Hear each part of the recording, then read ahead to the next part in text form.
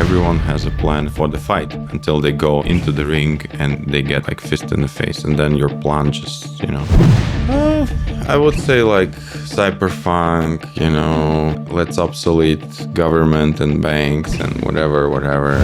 I see Bitcoin from the perspective of, I guess, business and society. And it just helps average people to avoid a lot of things like government control or inflation. I think the very good skill is just minding your own business.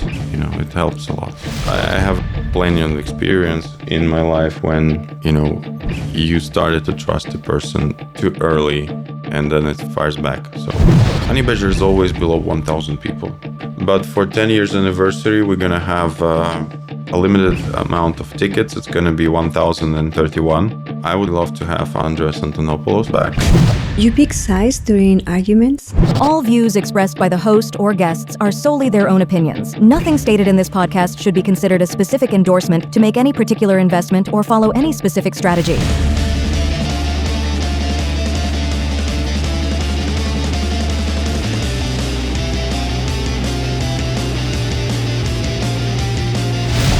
Welcome to All in Bitcoin, Max. I'm excited to talk to you about Bitcoin, everything you've built, and more.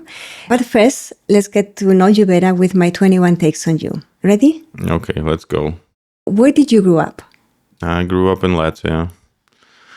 Well, I was born basically when Latvia was part of Soviet Union. Mm-hmm. And since then, I stayed there. I grew up in Latvia. And what kind of kid were you? I don't know. It's like it's a weird thing because parents usually they have this different opinion about their kids because it's their kids. Mm-hmm. So I like to read. I was, at least my mother says I was really calm reading and learning. So that was my thing. Okay. What were the topics of conversation at the dinner table at home? Oof.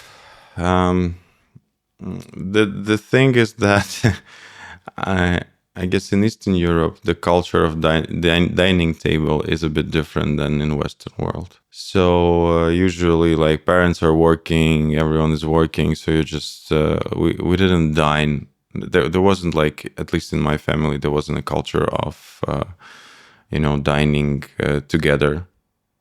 And when we did, it was usually some kind of celebration, like birthday or New Year's Eve or something like that. And we didn't have any particular topics. It was mostly about, life, what's happening, maybe a bit of politics. Maybe people also like to reflect on the past, especially as they get old. Mm-hmm. So I wouldn't say that we discuss some like super interesting stuff that I can, share with you in a way that it's just a regular thing. What did you want to be as a kid? I wanted to be a lawyer, actually, as a kid. How exciting. Yes. Then I wanted to be a journalist growing up. Why a lawyer? I think I watched some kind of Hollywood movie when I was really, really young, and there was a lawyer who was, protecting an innocent person, and I decided, well, that's cool. Then I realized that the legal system in Eastern Europe doesn't work like that. We don't have this, when the lawyer comes out and protects, then there's a jury and everything else. It's just Hollywood movies. I'm just happy that I didn't become a lawyer because not my thing. Yeah. Definitely. And what advice would you give that guy today? Don't stress out. And I didn't stress out, to be honest. It's just, I don't think kids needs to, there are some kids, of course, exceptions when they understand and clearly realize what they want to be. And that's good, but most of us, they don't know what we want to be, at least, and it's like path, it's a journey, and I think it's completely okay. You grow and you change your perspective on things, and I think it's totally fine with everything. It's just gonna naturally be there, right? Yeah. What's been your biggest turning point other than Bitcoin? Oof, that's a tough one. Other than Bitcoin, I know when I realized that journalism is probably not my thing, because I managed to get a government subsidized place in university. At that point, there was a huge competition among recent graduates in order to get in particular in the faculty that I was applying to. Okay. And I was one of the 8 people chosen to join that program among like thousands of applicants. That's impressive. Yeah. Yeah, because I already had like a job experience. I was writing articles for a youth journal in Latvia. And they choose me because of that, I guess. But then I just quickly realized that it's not my thing. What happened? I cannot perform for, like, if there's a topic and people request you to write for a certain topic, I cannot perform for that particular thing. I'm more like a free thinker in a way that I prefer figuring out what is interesting for me and then writing about that. And being a journalist, at least, young journalist with no particular experience and name, you will write about topics that your editor requires you to write about, right? And only when you get super professional and successful, you will be able to choose your own topics, something that interests you. So that was probably my case. I just realized I don't want to be put in certain boundaries.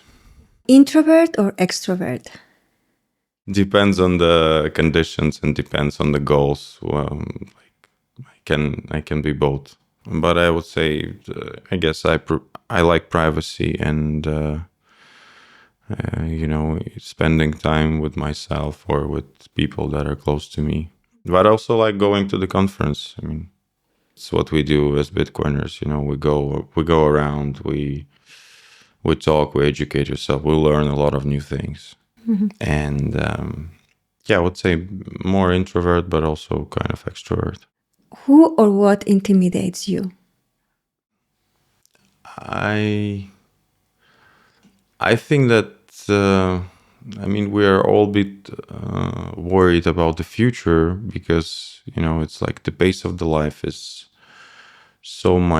it's getting so unpredictable. The life is getting unpredictable. The information flows are getting unpredictable. We have new technologies. I think most of the people are not ready for that. And, it's really hard to forecast something in these days. And although we say like we have this amazing thing, which is called Bitcoin, that is going to save us. But there are a lot of life situations where Bitcoin doesn't make any difference. For example? Well, for example, if it's dangerous for your health, life, or if it's like conflict between countries or something like that. Or even last year, there was blackout in Spain and Portugal. And I was there at the time and I realized that unfortunately, Bitcoin doesn't help in this situation. It's a blackout. There's no electricity, there's no internet, there's no nothing. You either have a cash on your hands or you don't have anything. Who mentors you? Or who mentored you? Both. I don't think that there was a particular mentor. Honestly, I think I'm a good self-learner, especially if this is of my interest. So I can tell you that who supports me, my team supports me. My team is my family. So my family, first of all, I guess, and my friends and my team. Yeah, that's. But mentors, I don't know. I just like learning things. I still think it's amazing when you go into the room and you're the dumbest person in that room. I still think there's a lot of learn from people within our space and outside of our space. I don't think I have a particular mentor. My grandfather used to have he had a huge influence on me. So I would say he was like The biggest influence. first and only mentor. Why? Why is that? Because he just, put a lot of effort into me. So he was like, he cared about what I'm going to become, what I'm going to do. But it wasn't about economics or whatever. It was just Love and we values. and also like a bit of homeschooling. So he was like teaching me math, writing, etc., etc. So I didn't finish. We have the system in Eastern Europe where the kids first go to the kindergarten, and then they go to school. And he just took me from the last year of kindergarten, and the year before school, we were just every day constantly learning math, reading, writing, etc., etc. So it was kind of fast course. When I went to the first grade, I was already basically prepared for being able to write, to count, to do whatever you want. Why do you think he did that? He thought it was very important for you? What? I don't know. I think so. I haven't. I wasn't able to ask him that, Okay. unfortunately. But yeah, I guess he was my one and probably one of the few mentors. But I mean, I cannot distinguish a single person. There's a lot of different persons, and I try to get best from all of them. Obviously, parents, grandparents. There's like bits and pieces. That's probably it. Do you mentor others? Not like I know about it. You know, I do give advice when people ask me, especially close people and friends and again family. But I don't think if someone is going to call me a mentor, I'll be surprised. But nevertheless, I try to help if I can. What do you wish more people knew about you? Nothing. I'm fine with the way I am at the moment. Answer. I don't think like people need to know something about me. I think the very good skill is just minding your own business, and it helps a lot. Have you ever taken a break from Bitcoin? No, I mean, I just enjoy it. It's fun. Since when? Since 2000. I guess it's 2016 or 15. I don't remember. I think it's 2015 or 16. Don't remember, honestly. Can you share something you've never shared before? I've been talking on multiple interviews, so I don't think I can share something that I don't want to share. So, I mean, you already asked a bunch of personal questions, and I already shared some of that stuff. So I guess people who will look at this and who will watch your podcast and this episode, they will learn something new about me. How do you think the Bitcoin community is changing? Well, it's definitely growing. And as we grow, there's like more and more opinions, different opinions. I think that when I joined the community, it was mostly like one opinion about. At least I was in that camp, like let's stick with Magical money? I would say like cypherpunk, let's obsolete government and banks and whatever. And now it's like Bitcoin is evolving, and we see that more and more like institutions coming in, and there's like banks embracing Bitcoin, governments embracing Bitcoin. And you need to change as well to some extent in a good way. So I think the community is just getting more and more fragmented in a way that there's different opinions now about Bitcoin. And I think it's good. You pick sides during arguments? If I understand something about that particular argument, if I have strong opinion, of course I can pick a side. But I always try to understand the other side. Block size? Block size. I mean, yeah, of course, I was definitely not a big blocker. Segwit? Fully supportive of Segwit. Taproot? Same. Ordinals and inscriptions? I don't like it. My opinion is that it's... I don't understand the value proposition of this, honestly. I'm a big... in particular, like everything that goes with NFT, it was sold to like a wider community of people who eventually lost a lot of money as it's art. And it's kind of weird for me because like for me art is it's like Picasso or Dali. That's a proof of work. People put a lot of effort and their work, sweat, blood, tears. That's an art, right? I just don't get it. But maybe it's just me. I'm a bit old school, in a way. Op return? Don't have any opinion about that, to be honest, because I generally just think Bitcoiners love drama. Every once in a while, we have this new cycle of drama, as we have new cycle of bull and bear markets. We also need to have a cycle of drama. So I was talking with multiple people, and there are a camp that supports one side, there are a camp that supports another side, and there's a camp who just doesn't care, and he thinks whatever will be the outcome, nothing will change, nothing will happen. I mean, it's going to be the same thing. I, though, don't like when the network gets spammed, of course. And I would prefer, we have this amazing second layer solutions like Lightning, and there could be like arguments towards that even if the on-chain is spammed and it's like very expensive, we still have Lightning, and now we have Arc, and we have Liquid, and all this amazing second layer or third layer or whatever the layer it is.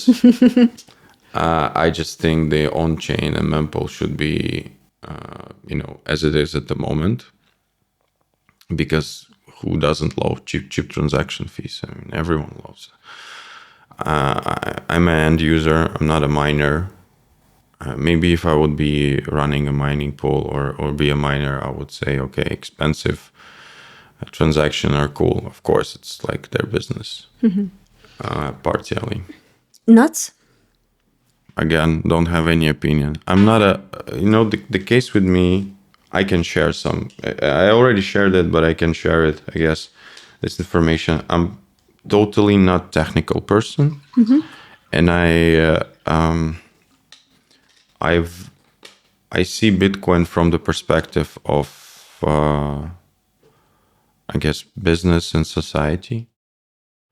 So for me, it's like an asset that cannot be confiscated. For me, it's an asset that has a very practical approach, high level of utility, and it just helps average people to avoid a lot of things like government control or inflation or whatever.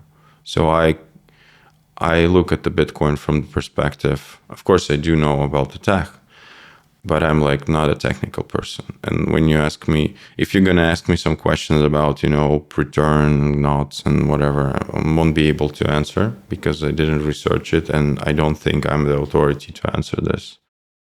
What makes a great partner? Well, you need to have same values, support, and eventually a great partner is a person who can listen and understand the stance or the opinion of another person.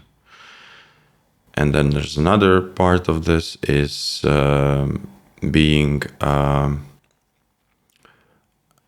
getting other person opinion and being able to change your own opinion and admit that you are wrong.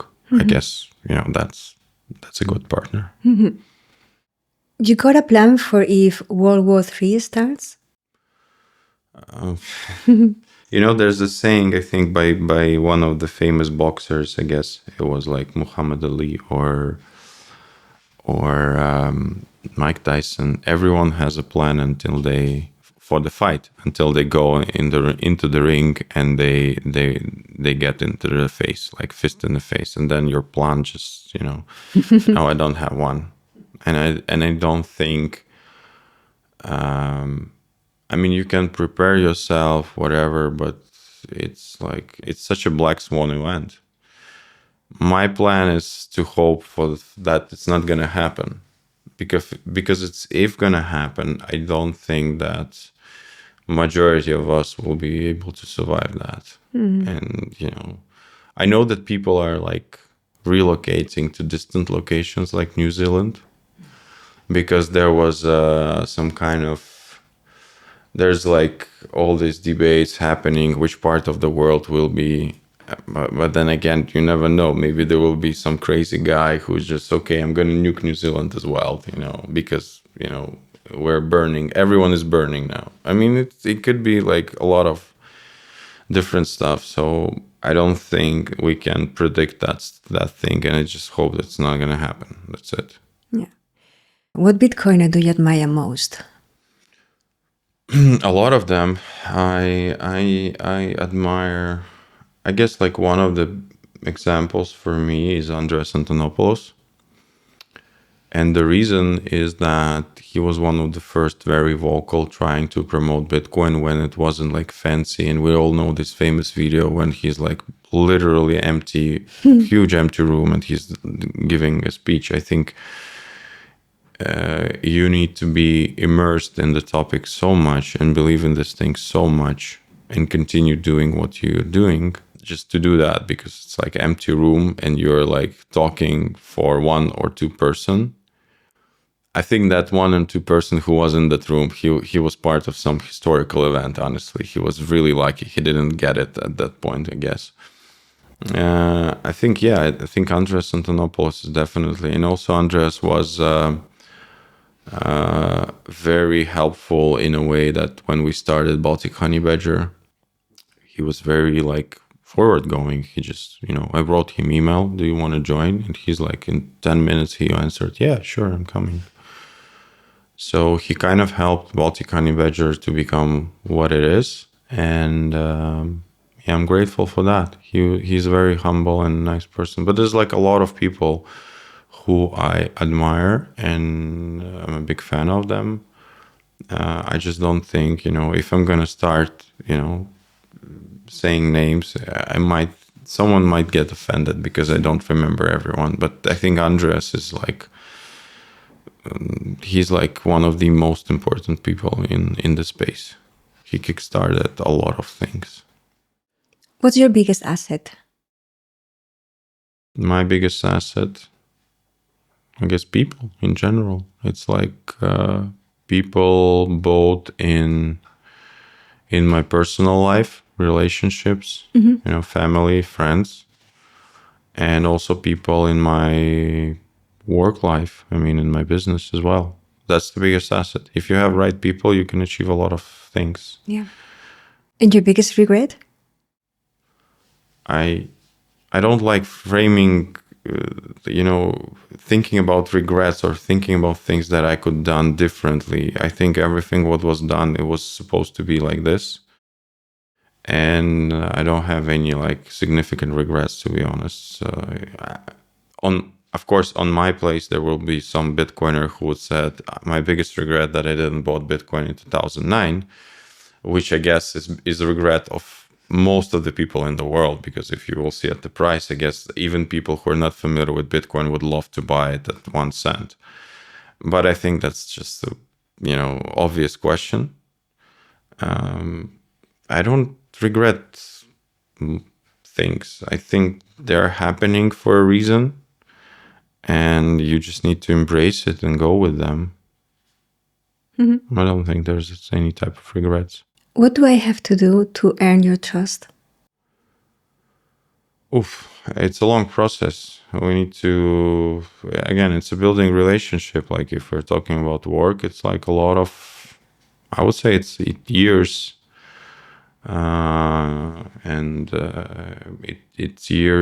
These are the years of working together, and then at some point probably, we can talk about trusting each other more. But I have a plenty of experience in my life when, you started to trust a person too early, and then it fires back. So I don't think it's a long-term process for me. Really, really long-term. Respect, it's easier. Mutual respect, it's easier, but trust is something that is very scarce, at least in my case. How do you handle failure?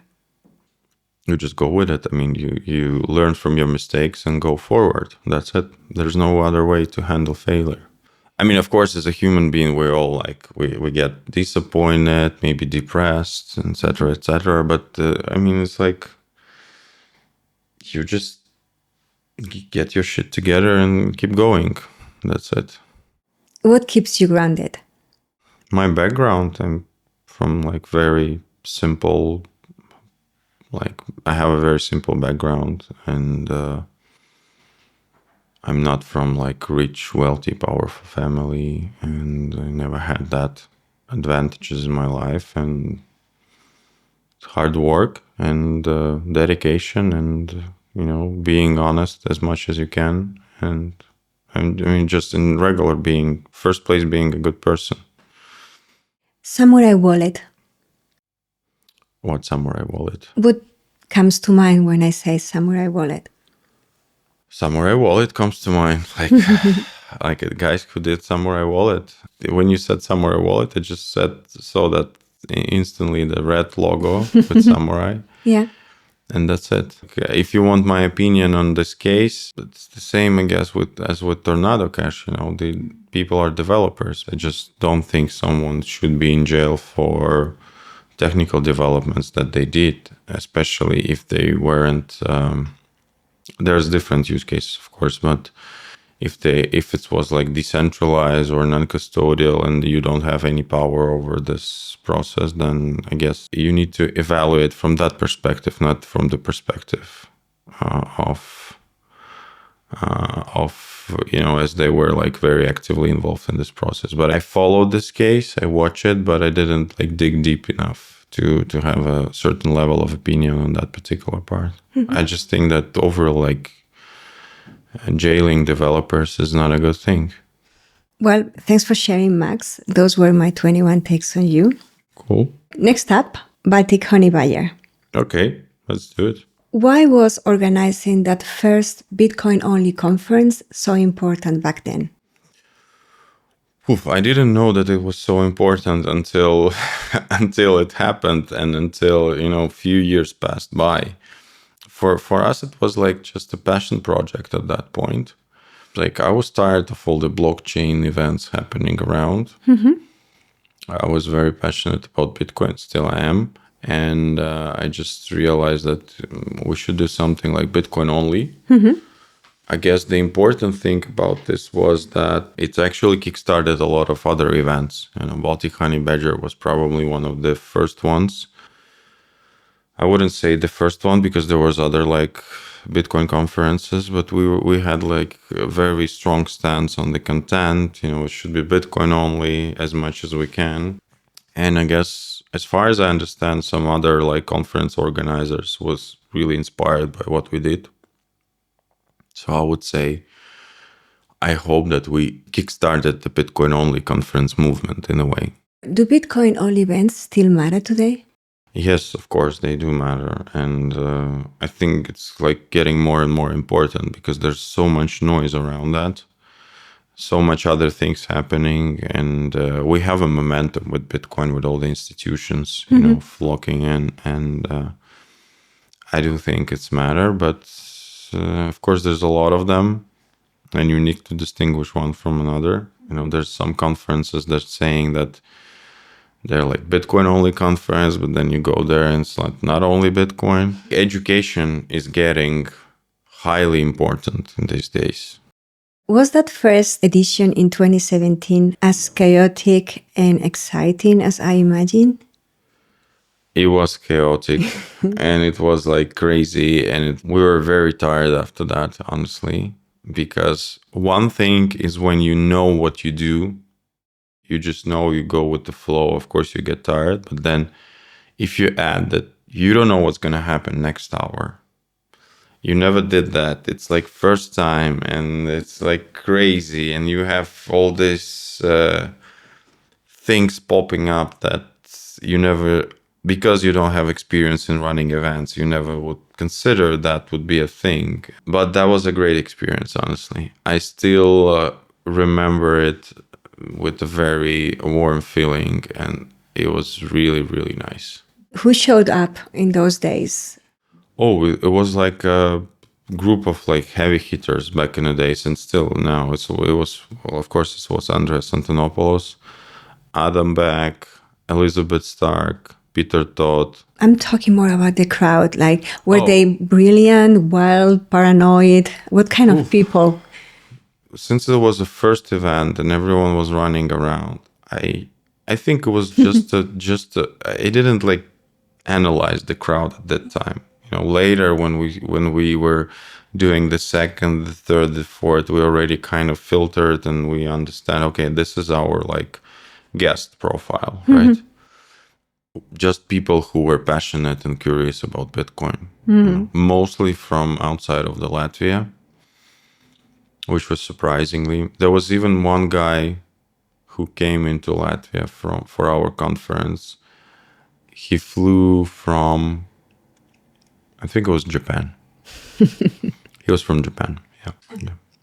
Why not? Yeah. Yeah, why not? I mean, it was crazy. And the next year we had person from Australia, and the next year from New Zealand, and then now it's no surprises anymore. But for us, it was like, well, there is a person flying in specifically for our conference to Riga from Japan, and we're like, oh. When do you think you will finally realize that this conference is here to stay? Because every year you kind of think that it's going to be maybe the last year. So, you know, we're still, I don't know when. Because we already know it's like a landmark for Bitcoin. Yeah, we want to change the format. We it's going to be Bitcoin only, but we're just thinking maybe we're going to do it once in few years. You know, maybe we're going to change it to and Madeira, maybe? No, Madeira is Madeira. Andre is doing a great job. And Madeira is like every 4 years. That's what I meant. Yeah, I mean, yeah, Madeira every 4 years, but we're looking more into the format once in 2 years. And actually, next year we are not doing Baltic Honeybadger. Oh, no? No, we are going to skip, and then we're gonna celebrate 10 years anniversary 2027. We are not conference organizers. We do other stuff. We build It's my things. favorite conference. Yes, but maybe it's because we're not conference organizers. You know, for us, it's not a business. It's really hard. We do Debifi and Hodl Hodl also, another part of our team. And it is really hard to do this plus organize events. So our main projects are getting bigger and bigger, and it's getting harder and harder. We still want to do it. This is why we're not canceling it. But I guess we're going to go and be in Riga in 2027, celebrate 10 years. And then we're going to decide. All right. I mean, you should, it's a landmark. It's heartbreaking what you just say. Yeah, it's a landmark. People like it. People want to... It's so intimate and... Yes, but, you know, sometimes you need to leave on a high note, you know, to be what you are, to people to remember. So I can tell you that there's going to be one more Honeybadger. It's going to be 2027. But after that, I cannot promise that we're not going to stop it. You know, most of the conference now, they are so much about, which is not wrong, but it's about ETFs and paper Bitcoin. Baltic Honeybadger has this cypherpunk feeling and heart. Yes. And yes, we have this, but it's again, as I said, it's a logical evolution of the space. I mean, we don't want to be like dinosaurs, you know, when we're going to keep going and at some point it's not going to be relevant. Because a lot of people who were attending first Honeybadgers, they're not attending conferences anymore at all, you know. And everything changes, and it's good. You need to embrace the change. It's really good what's happening at the moment. You still can be a cypherpunk if you want to be cypherpunk. Nobody is like prohibiting you to do that. Be whatever you want to be. yeah, for me, there is this new wave of conferences where self-custody is not the relevant issue among many others of self-sovereignty. But Baltic Honeybadger it's always been there. I mean, a lot of big conferences have multiple stages. Like, I love Lugano Plan B conference, and they have peer-to-peer stage where they discuss like self-custody, freedom tech, a lot of stuff. Even on the main stage, they do that. So it's just that we think that, conferences ignore that, but actually, like 5, 6, 7 years ago, it was mostly about self-custody. Yeah. But now the industry is getting bigger. So, and there are people who talk not only about self-custody, there are people who talk about business cases, there are people who talk about lending, trading, there are people who are talking about other important things like quantum computing, right? And all this stuff is just, the industry is growing. There's like people are coming in, they have different interests and they talk about this. So it's not only about self-custody anymore, it's about different topics. And it's not like big conferences ignores self-custody. No, they don't. It's actually, I would argue that there's more content on the self-custody and education in these days on the big conferences than it was before. But it's just a lot of other content out there. How has the conference changed in energy, crowd, and purpose over the years? Definitely it become less cypherpunkish.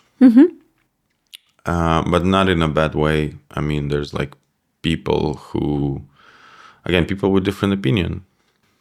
I would say the Honeybadger is one of the few conferences that has a very huge amount of regular guests who are coming every year to the Honeybadger. It's like a meetup of old friends. Every year, I would say it's like 50-60% of the people who are coming to Honeybadger. These are returning guests. We rent the same Airbnb, yeah. Yeah, they were like, there's like a lot of people who were at the first Honeybadger. There was a lot of people who was at the second, third. A lot of people who were like, I was at 3 Honeybadgers, I was at 4. So it's like, it's a large meetup of the people. So I don't think the crowd itself changed that much. I think that some of people just change opinion and they're like bit different, and but we still have like funny thing, but we still have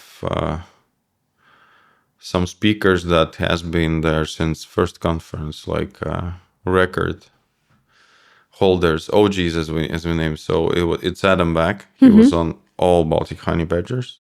Peter Todd, also all Honeybadgers, and Giacomo Zucco.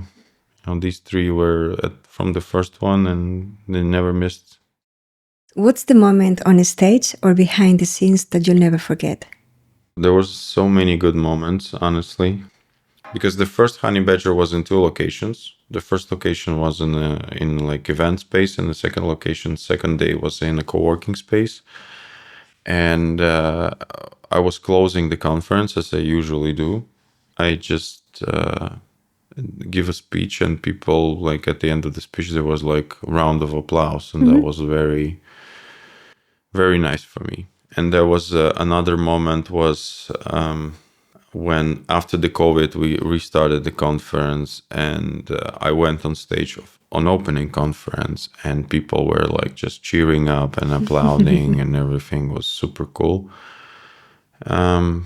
I guess, yeah, these are like, there's a lot of moments. I cannot like remember all of them. But those are overwhelming, I understand. Yeah, they were overwhelming, and there's a lot of fun stuff as well. So I think it was Matt Corallo. It was 2018. Something went wrong with his presentation, and he was, cheering up people, jumping on the stage, doing some exercises. There's a lot of there was like cool, very, very great talks. Some of them, like, I think at some point we need to like make a top 10 best Honeybadger talks. And one of them was, again, Andreas, first conference. I strongly suggest everyone to watch it. It was about KYC.